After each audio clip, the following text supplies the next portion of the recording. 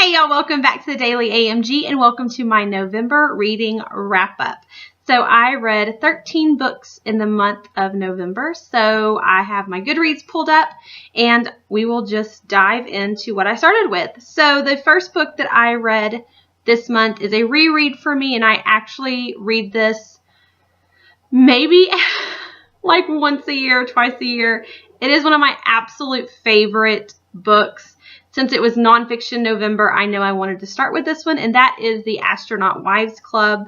This is by Lily Copel, and it was turned into a very short-lived ABC series. It had one season. It was like my favorite thing ever. And then they came out with the Pan Am. Was Christina Ricci in that even? Oh, that was so good. That was even shorter-lived. I don't even know if it made it past like pilot season, but anyway, this is obviously a 5-star read for me. This is about the astronaut wives for the Mercury and Gemini missions, and I absolutely love it. It is one of my favorites, so like I said, obviously a 5-star read. So the next book that I picked up was Gracious, a practical primer on charm, tact, and unsinkable strength by Kelly Williams Brown. She wrote Adulting, which if you have not read Adulting, it is hysterical. I gave that one 5 stars. Again, nonfiction November, so these first few are nonfiction. And I actually ended up giving this one like a 3.75. I think maybe it just wasn't... It was more like a conversation with someone who's pretty much had the same raising as you. So I was just like, right? Like, absolutely. Like, so I don't know. Maybe at this point, my finishing school is over and I need to just start my own, because I just kind of felt like, tell me something I don't know. So, which I guess that's a good thing, right? Okay, so then I read a fiction book, and that was Lady Be Good by Amber Brock. I gave this 4 stars, and this is historical fiction, and I absolutely love historical fiction for November, December, the colder months. For some reason, I always tend to like go really heavy on historical fiction or really heavy on beach reads, which that's coming up too. And this one kind of is both, because it takes place in the 50s, and this girl's dad owns some hotels, so she's based in New York City and then follows a guy to Miami. And yeah, I gave it 4 stars. I really enjoyed it. Highly recommend if you're a historical fiction junkie, especially dealing with like 50s in New York City, etc. like I am. So continuing in the same vein, I picked up The Summer Wives by Beatrice Williams. I absolutely love her. I gave this one 4 stars. I think she is probably the queen of historical fiction. She just writes family dynamics, and even though you know they follow this kind of same historical fiction outline as a lot of them do, she just does it in a way that you're continually captivated by the story. So then I jumped back to nonfiction and I picked up Sinatra the Life by Anthony Summers and Robin Swan. I gave this 5 stars. This was so what I wanted, so what I needed. I love Frank Sinatra. I love anything mafia, conspiracy. So you get a big old book about Frank Sinatra's life and you got it all. So that was fantastic. If you are a Sinatra fan, or if you are a conspiracy theorist, or if you like anything dealing with the mafia, or just all of it. It's so good. So good.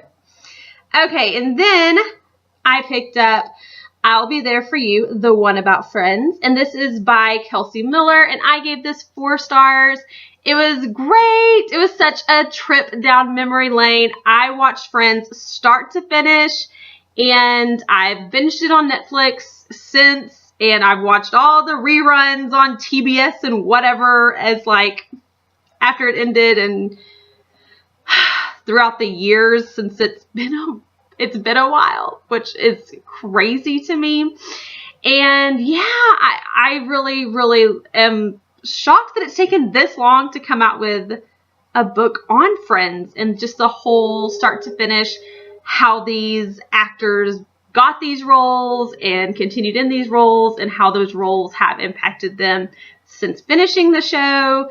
It was really good. So then I kind of started on a binge. So it started with Winter in Paradise by Ellen Hilderbrand. I gave this 5 stars. This is her brand new release that came out in November, and it is about a woman whose husband dies, and a lot of hijinks has ensued that she was not aware of, so then she kind of has to pick up pieces that she did not know were pieces that she would have to deal with after the fact. It was excellent, excellent. So I love Ellen Hilderbrand, and so then I read Here's to Us by Ellen Hilderbrand, and I gave this one 4 stars. So this one deals with a celebrity chef who is found dead in his Nantucket mansion, and he leaves his mansion to his 3 ex-wives. So yeah, so then they all have to go to Nantucket and deal with all of the fallout and dealing with one another. It's excellent as well. So then I read The Matchmaker. I gave this one 5 stars. This reminded me so much of, well, the lady's a matchmaker. She has all of these marriages to her name, and her favorite book is Emma, of course, because she's a matchmaker. I don't know, and I love Emma, and so I just really, really love this one. But it's like she's not married to like her true match. I don't know, and so like things transpire, and he finds someone else of whom she is like, I know, I can tell that that's your perfect match. It was so good, but that sounds like so cheesy and like a Hallmark movie, but not really, because Hallmark would not condone any kind of romantical affairs. But they're all just so good. She just writes real life so well. Okay, so then I read The Surfing Lesson, which was actually like a really short tie-in to the next book that I read. So I didn't really rate that one because it was kind of just like introducing you to characters and that kind of thing. So then the next one was Beautiful Day, and I gave this one 4 stars, and this was about a woman who was getting married and her mom was dying of cancer, so she wrote her this whole journal on like your wedding day and what I would like to see and what advice I have for you on the day of the wedding. And her father has since gotten remarried, and the stepmom does not take any of it very well. And there's just all of the family dynamics. There's always more than one storyline in an Ellen Hilderbrand book. So you have just, she can weave a story like none other. So I gave that one 4 stars. And then I read Shopaholic to the Rescue. This is the 8th book in the Shopaholic series. And I just wanted something light and not an Ellen Hilderbrand, because I was like, okay, I've read like 6 at this point. And I saw that it was available on Libby or Overdrive. I use the Libby app, but anyways. And so I was like, oh, I didn't even know there was an 8th one out. I've read all of them so far, so it's like, it'll be easy peasy. And I actually ended up giving it 4 stars, and I thought that it was so good. I think that there were so many redeeming qualities. If you have followed Rebecca Bloomwood, and if you have followed this series from start to finish like I have, or start to currently like I have, you know that there's been some bumps in the road, especially if you are like, I'm 32 years old. So there have definitely been times where I have given one of these books like 1 star or 2 stars because my brain could not handle just the flippancy of the characters, and it's just too precious, or it's just not enough substance to it. So I actually really enjoyed this one.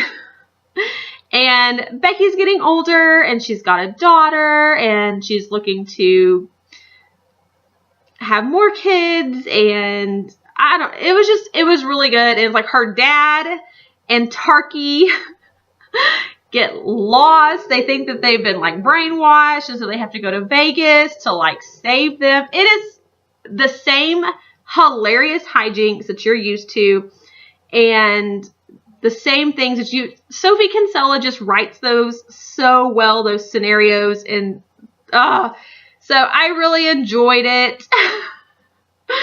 I think I've like really, the last one that I read, I really just like obliterated it with my review, but I was just in a different place. That's the thing. When a book finds you in a certain mood, watch out, book. You about to get shredded. Okay, so maybe that's the case of this next one. So 9 Perfect Strangers by Liane Moriarty. I gave this like a 3.75, 3.5 star. I don't know if it, I don't know. I love Liane Moriarty. I have read everything that she has written, and I have given everything that she has written 5 stars. This is my obviously least favorite, and it's the least Liane book that she's written. So it's really hard. It's like not really women's fiction. It's just like literary fiction about a group of people who are at a health spa, which I have no desire to read about. I just didn't care. And then when there were like hallucinogenics involved, then it got good, but not good enough for me to really care. There wasn't a single character that I cared about. There just wasn't. It just really fell flat. I think it was rushed, and it was rushed, but it was too long. She's at this point where her publisher is like, new Liane, we're about to make some money, and I don't know. It really did not tick the boxes for me. And I hate to say that, and this was our book club pick for November, and so we're going to get together to discuss it with my beautiful, wonderful book club girls, but I'm pretty sure I hated it the most, and I just feel like I should just show up and just sit there and be quiet. So, I don't know. I don't know if it just wasn't the right book for me at the time, or if it was just drab, and then the ending was rushed, and